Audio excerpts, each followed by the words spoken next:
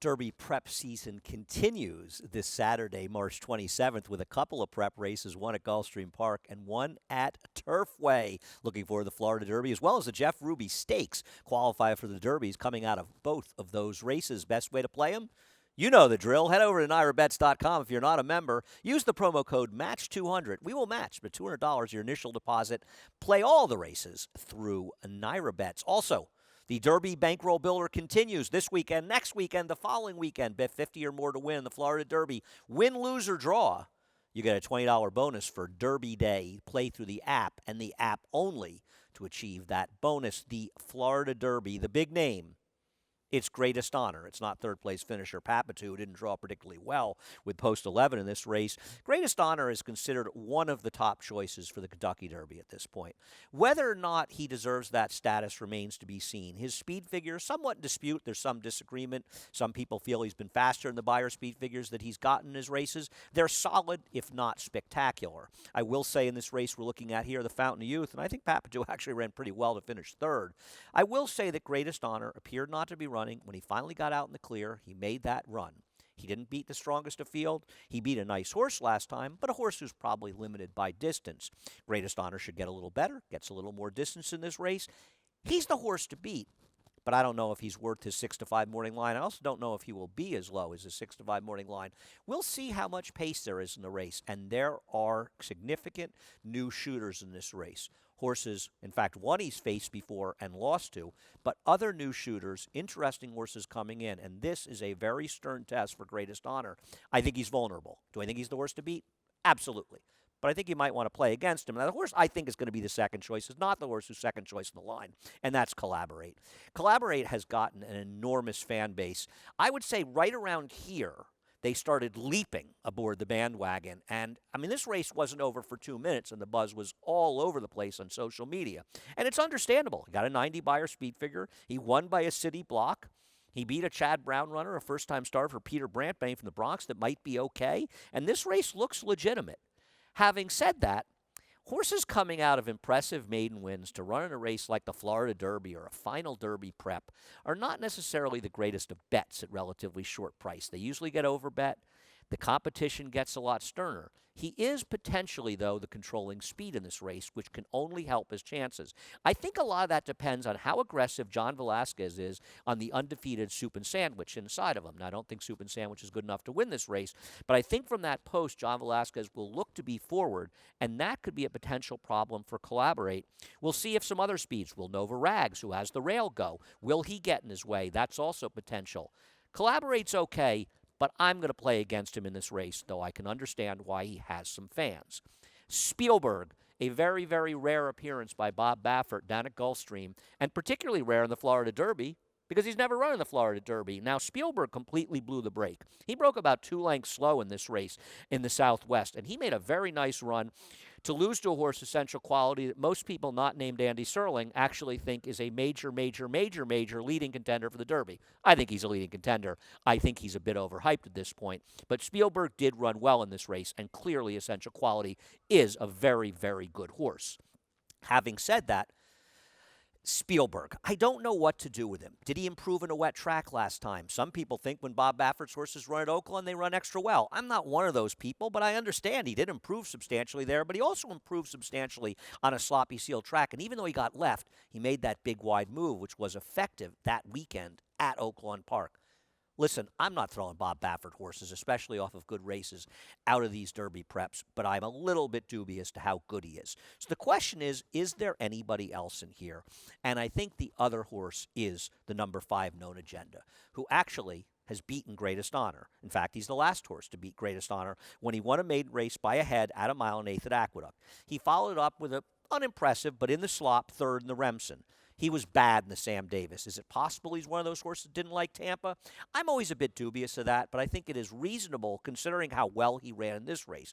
Now, many will say, well, it was only an 82 Beyer. He was just beating up on a bunch of lesser horses. Well, I don't know about that. If you look through the field of horses that he absolutely drowned in his last start, Their figures suggest that this 82 buyer could easily be as much as 10 points higher. And if you bring his figure into the 90s, suddenly he becomes a major, major player and, more importantly, value in a race where I think there's a good chance he's in the 9 to 2 to 6 to 1 range. So Known Agenda is my top choice in here over the likes of Greatest Honor and Spielberg, and Collaborate as well. They're the big four. Greatest Honor's the one to beat. But I think Todd Pletcher may get a horse into the Derby chase in the Florida Derby with a good performance from Known Agenda, the last horse, in fact, to beat Greatest Honor. We'll move on to Turfway Park. The Jeff Ruby Stakes. And the reality of this race is a lot of the race is about guessing who is going to handle a synthetic track. And there are 4 or 5 horses that have never been on synthetic that all have the ability on dirt to be players in here.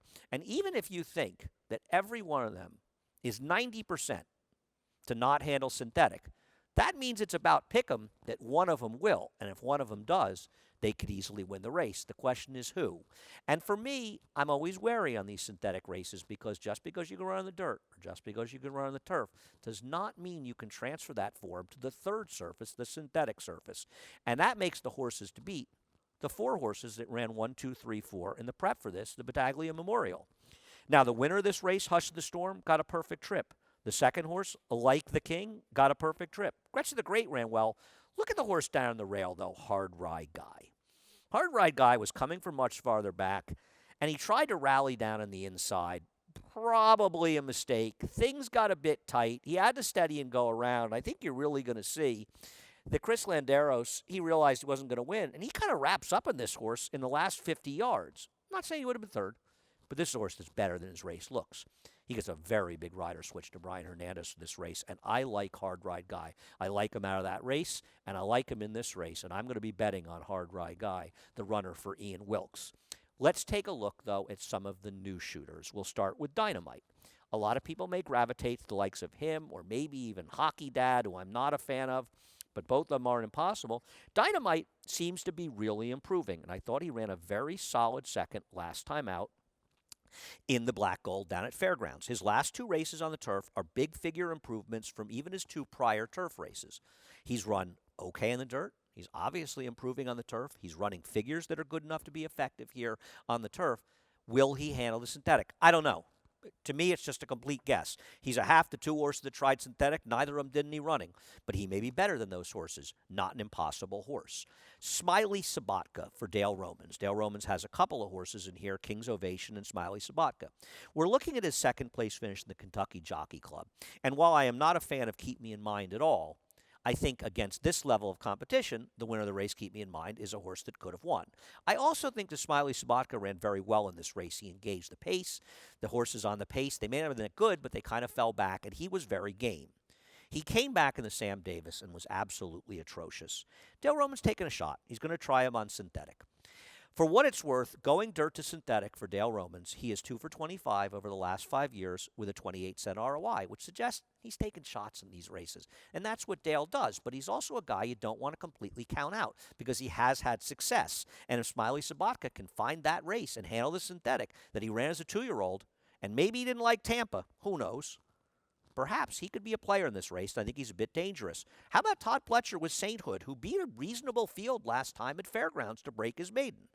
This is a horse that's a half to 1 horse that tried synthetic that just wasn't a very good horse. There is turf pedigree. Here's a Todd Pletcher stat, dirt to synthetic. He's 1 for 12, 8%, 6 at the board. There was no betting in the race he ran in, so I can't even give you an ROI. It was one of those races, I believe, at Ocala at OBS.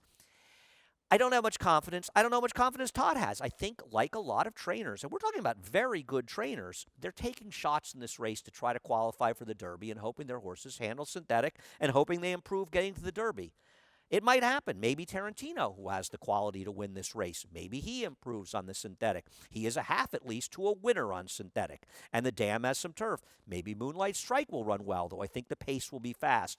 There's too much guessing with those horses. I like Hard Ride Guy in the Jeff Ruby Stakes. I'm firm. I'm betting him. It is somewhat of a wide open and an interesting race as well. And you know where the best play to play the Jeff Ruby Stakes and the Florida Derby and all the action?